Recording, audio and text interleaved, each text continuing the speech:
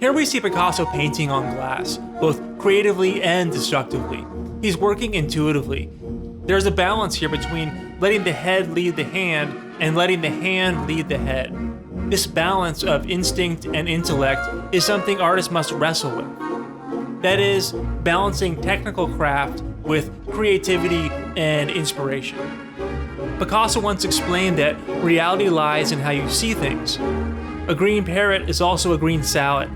He who makes it only a parrot diminishes its reality. A painter who copies a tree blinds himself to the real tree. I see things otherwise. A palm tree can become a horse. Don Quixote can come into Las Meninas.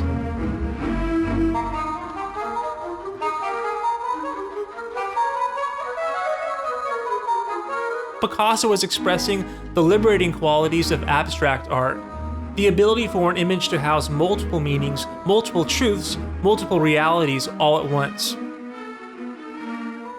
We see him painting quickly and decisively here, yet this visual language was developed from 70 years of trial and experimentation. Picasso lived until 91 and painted over 50,000 paintings. He famously said that once the camera was invented, artists no longer needed to paint realistically, meaning that the simple click of a camera could best any painter when it came to copying reality. But more importantly, that artists were now free from the limitations of realism. The camera was invented only a generation before Picasso was born and was in widespread use by the late 19th century. And so it goes when we see a painting today that is highly realistic, that is optically perfect. We need not use the French term trompe-l'oeil, meaning fool the eye. We can just say that the painting is photorealistic. The invention of the camera permanently changed image making in the 19th and 20th centuries, and we can easily understand Picasso's sentiment questioning artists who continued to pursue the wowing of audiences with these mathematically precise illusions of reality. The old masters are called old for a reason. Picasso was born into this rapidly modernizing world. Artists that came before him like Manet, Monet, Gauguin, they used subtle abstraction in comparison to modernist abstraction of the 20th century. And so the sentiment helps us understand Picasso's transition from realism to abstraction. Picasso painted First Communion when he was 15 years old. It shows his deft ability to create a highly realistic scene. The fabric glows with light and flows naturalistically over the central figure. There's a high degree of detail and accurate perspective. Picasso was applying the techniques perfected by Renaissance masters. But what made some of the best old masters like El Greco, Da Vinci, Michelangelo, or Rembrandt great wasn't just their ability to fool the eye, to create the illusion of reality, but also their ability to tell stories and create interesting and complex compositions that resonate with the heart and mind. Picasso wasn't abandoning any of this with abstract painting. Girl Before a Mirror tells its story through the prism of abstract shapes, echoing and repeating throughout the canvas. We have a woman or a girl looking into a type of mirror called a psyche. We read this physical reflection simultaneously as self-reflection. The reflection creates symmetrical balance between the left and right sides of the painting. We are looking at both her outer self and her inner self. But each side is not perfectly reflected. Warm colors reflect cool colors. A lighter face reflects a darker, more obscured face. One of the first things that students ask me is if she's pregnant, or is that a tear in the mirror, or are those circles meaningful? But I don't think Picasso is so concerned with explicit meaning, even though the shapes are clearly suggestive. The sort of alternate universe reflected in the mirror may represent the psyche of the woman, her emotional state, or even a representation of her soul. Imagine yourself staring into a mirror.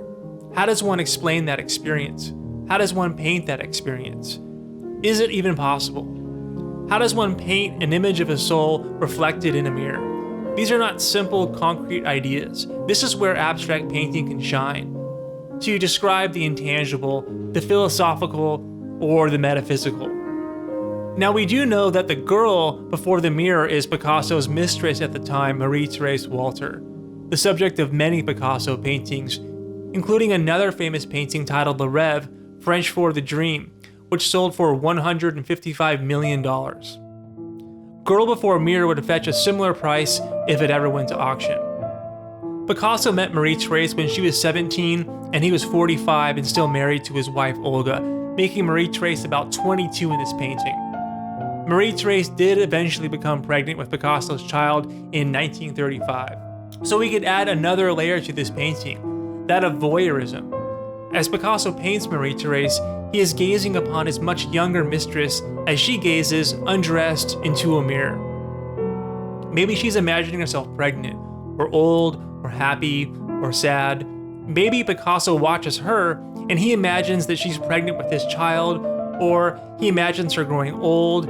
Maybe his mind is just wandering. Maybe the painting is suggesting many of these things simultaneously. Whatever it is, the repeating and intersecting curves emphasize the female form, possibly even showing a kind of X-ray view with a shape suggesting a womb. The quality of the work comes from a combination of formal elements, symbolism, and storytelling. Patterns, colors, and shapes unify the painting like a mosaic of jewels. The disproportionate size of her face and midsection emphasize those elements and draw our attention. They make us aware of and sympathetic to the woman's psychological state. The painting is symmetrically balanced, but the two sides are also linked by the woman's arm as she embraces her own reflection. There's a playfulness, boldness, and exuberance to Picasso's style. There's also real content locked inside the puzzle.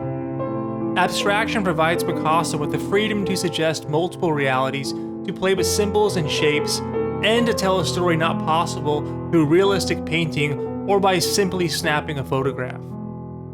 Picasso takes this very conventional subject matter, a girl before a mirror, and gives us a complex, meaningful, and innovative image. And speaking more broadly, the content of this video could easily be applied to many modernist painters who chose figurative abstraction. Henri Matisse, Edvard Munch, and also more contemporary artists like Francis Bacon, Jean-Michel Basquiat, David Hockney, Peter Doig, and countless more.